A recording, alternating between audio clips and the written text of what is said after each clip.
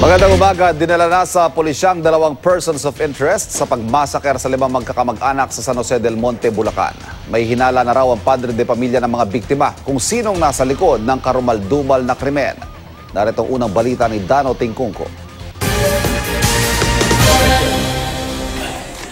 Inabot ng gabi ang investigasyon ng San Jose del Monte Police sa pagpaslang sa buong pamilya ng security guard na si Dexter Carlos Sr. May malinaw na raw kasing direksyon ng investigasyon. Kritikal ang unang 24 oras sa paglutas sa kaso. Persons of interest sa krimen ng mga nasa kalapit bahay ng mga Carlos at isa sa mga nakausap ng pulisya ay posible raw ilistang suspect. Pero ang mismong padre de pamilya na si Dexter Carlos tinanggal na sa pagiging person of interest. Yung kanyang mga kasamahan sa trabaho ay pumunta at around maybe 1 o'clock or 2 o'clock. So yung lahat ng indication at yung kanyang mga actuations ay ay nagpapakita lang po na siya ay talaga isang biktima ng ganitong makas na pangyayari. Ang salarin posible raw sabog sa droga o may problema sa pag-iisip. Pag-rape at pagpatay ng isang tao ay hindi po natural. At mas lalong hindi natural yung pati yung mga bata. Sa gitna ng investigasyon ng mga pulis bandang hapon, nasaksihan ng GMA News ang pagtatalo ng mga nakasibilyang pulis at ilang residente.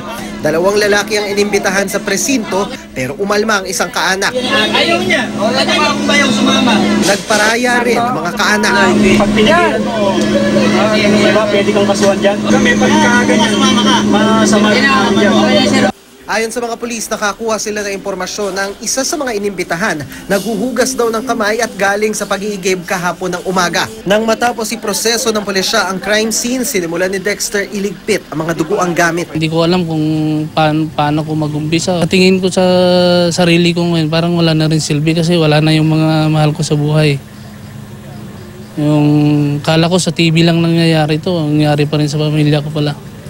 Hindi man tiyak, may hinala raw siya kung sino ang pumaslang sa kanya mag-iina at biyanan. Hindi ko po kilala. Ang kuwang ko lang, kilala ng mga anak ko kasi pati mga anak ko pinatay nila.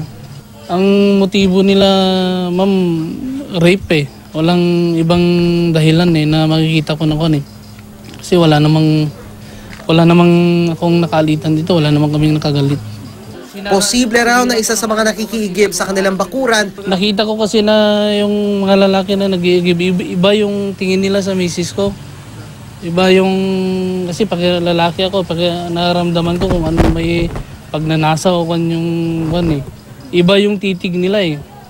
Kaya sinabihan ko na wag nang papasukin hanggang sa host na lang. Mamukhan ko siya pero yung mga pangalan hindi ko kilala. Sabi ni Dexter, masaya ang 9 na taong pagsasama nila mag-asawa. Wala raw silang pinagtalunan kahit ang ikinuwento niyang insidente sa igiban. Hindi namin napagtalunan. Wala kaming pagtatalo ng misis ko. Okay naman yung pagsasama namin, sir. Wala naman kaming maging problema mag-asawa.